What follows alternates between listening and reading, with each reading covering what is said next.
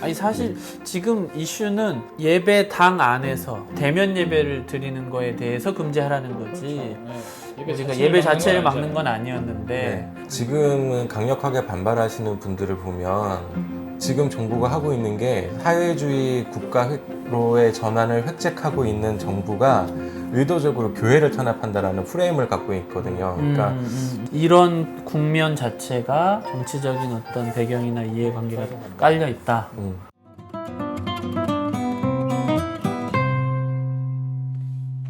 예배 얘기를 계속 하고 있는데요. 우리가 예배 교리상 하나님이 우리 예배를 받으시고 또 하나님이 우리 그 예배 가운데 현존하시고 현현하시고 이런 의미인데 그동안은 이제 예배하면 당연히 모이는 예배, 현장 예배, 대면 예배로 이렇게 했었죠.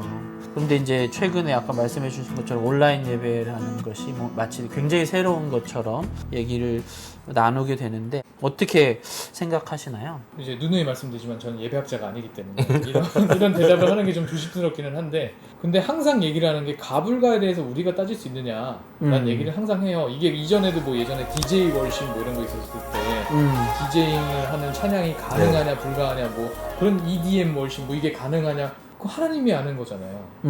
받는 거 안 받는 거 이게 가한지 불가한지 이거는 인간이 답을 찾을 수 없다라고 항상 대답을 하거든요. 그러니까 이런 질문을 묻는 저희를 알고 싶은 거죠. 이걸 누가 묻느냐에 따라 좀 느낌이 다를 것 같긴 한데 대부분 이런 질문은 목사님들이나 아니면 신앙의 연수가 오래되신 분들이 해요. 그 얘기는 뭐냐 아까의 이야기와 연결을 시켜보면 이분들은 대면 예배가 좋은 거예요. 그러니까 비대면 예배가 가능하면 불가했으면 좋겠다라는 대답을 듣고 싶은 거죠. 그러니까 돌아가야 된다라는 식으로. 근데 저 어렸을 때 기억을 더듬어 보면 어렸을 때 여의도에 있는 큰 교회를 다녔어요. 그 큰 교회 거기를 다니면 가끔가다 못 들어가요. 그러면은 뭐, 사람이 꽉 차서 못 들어가요? 못 들어가요. 그러니까 그러면 이제 뭐 지하 성전에 가던가 거기도 안 되면 지성전을 가야 돼. 그럼 거기서 영상으로 예배를 드렸거든요. 그렇죠. 근데 저는 별 생각이 없었는데 저희 아버지나 저희 어머니는 그때만 해도 굉장히 보수적인 신앙을 갖고 계셔서 찝찝하다는 거예요. 이건 아닌 것 같아. 그래서 한 부 더 드리고 오겠다고. 본당에서 네, 저를 집에 내려주시고 목사님 얼굴을 대면하면서 네, 봐야 되는데. 근데 많은 부모님들이 그랬어요. 그러니까 아마도 그런 것들이 지금도 남아 있는 게 아닌가. 그러니까 신앙 어떻게 보면 순진한 거고 아주 좋게 표현을 하자면 순수하고 순진한 어떤 열정, 헌신 그게 우리가 볼 때는 저게 뭐야라고 생각할지 몰라도 아주 작은 것에서부터 자기가 조금 더 헌신하는 그런 게 그 세대한테는 있었던 것 같고 저는 이렇게 생각이 드는데 온라인 예배가 가능하냐 아니냐 신학적으로 고민해야 될 필요는 있죠. 필요는 있어요. 네, 근데 그건 이제 정말 예배학자들이 해야 할 일이고 지금의 논의는 어떤 문제라고 드냐면 종교적 체험을 일종의 문화적인 영역으로 보는 거죠. 나에게 있어서 예배 혹은 한국 개신교에서의 예배는 그 공간에서 목사님 얼굴을 보면서 목사님이 좋은 말씀을 했을 때 느끼는 어떤 카타르시스, 은혜 받았다. 또 같이 기도하면서 뭔가 힘을 얻고 이상한 그런 경험들이 있잖아요. 그리고 막 울기도 하고. 그러니까 이건 문화적인 경험으로서의 종교와 그다음에 어떤 신학적인 예배에 놓은 거는 좀 분리될 필요가 있지 않나. 그리고 그 선상에서 진짜 예배의 기독교 예배의 본질은 뭐냐. 그래서 제가 그 예배학 교수의 제가 예배학자가 아니기 때문에 예배학 교수의 그 책을 인용을 좀 해보면 예일대 예배학 교수인데요.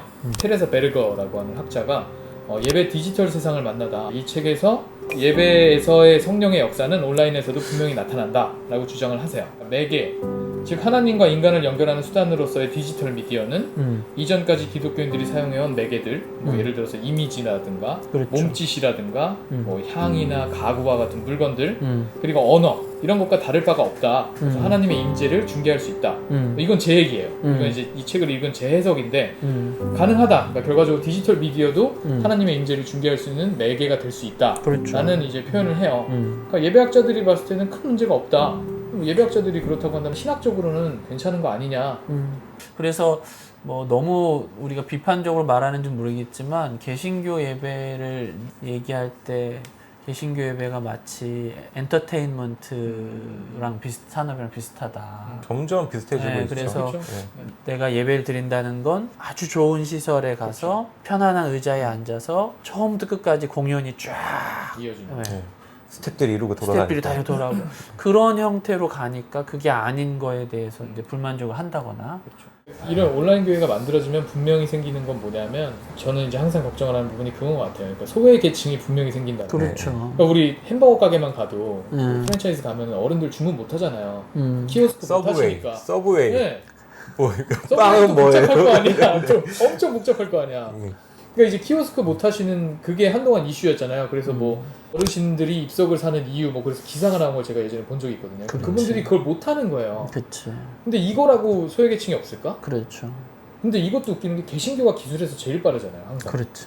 그렇죠. 항상 제일 빨랐잖아요. 최첨단은 항상 개신교가 먼저. 우리나라 특히 그렇잖아요. 그치. 옆에 앞뒤 안 가리고 그냥 막 일단은, 가니까 일단은 막 빠를 그냥- 수 있는 거지. 근데 사실 교회가 계속해서 변화하면서 그 변화 과정에 소외되는 사람들을 염두에 두고 교회를 변화시켰냐? 그럼 우리는 그런 경험은 별로 없는 것 그러니까. 같아요. 좀 당장 예를 들어서 제가 다니는 교회에 저희 지도 교수님이 설교를 하러 오신 적이 있어요. 저희 지도 교수님이 휠체어 타고 다니시잖아요. 단상에 못 올라가는 거예요. 지금 교회 모든 대부분의 교회들이 가지고 있는 단상 자체가 장애인에게 접근을 그렇죠. 허용하지 맞아요. 않는 맞아요. 형태를 갖고 네. 있잖아요. 그러니까 따지고 보면 우리가 굉장히 뭔가 최첨단으로 뭔가 교회 뭐 건축 기술도 계속해서 바꾸고 했지만 그 사이에서 언제나 소외되는 사람들에 대한 관심은 없었다. 뭐 그런 게 지금 이런 온라인 예배라고 해서 맞아요. 되게 네. 중요한 지적이신데 저는 미디어 학자 입장에서 기술은 다 양가적이기 때문에 물리적 형태의 공간에서 드리는 예배가 배제했던 이 사람들을 디지털이나 온라인 형태로 가면서 포용할 수 있어요. 근데 그러다가 또 거기서 오는 배제가 생기는 거겠죠. 그러니까 이건 결국은 시선의 문제지. 기술의 문제라기보다는. 네. 되게 우리가 잘 아는 부분의 문제는 아니고 그러나 우리가 당장 고민해야 할 부분이라서 참 고민이 많습니다. 아니 일단 사람은 있어야 예배는 드릴 거 아니냐. 그렇죠. 네, 이제 그런 차원으로 좀 얘기를 이해를 해주셔야 되는데 너무 지금 뭐 예배드리다 죽으면 천국 가는데 뭐가 두렵냐 이제 뭐 이런 말씀하시니까 사실은 좀 굉장히 난감하죠.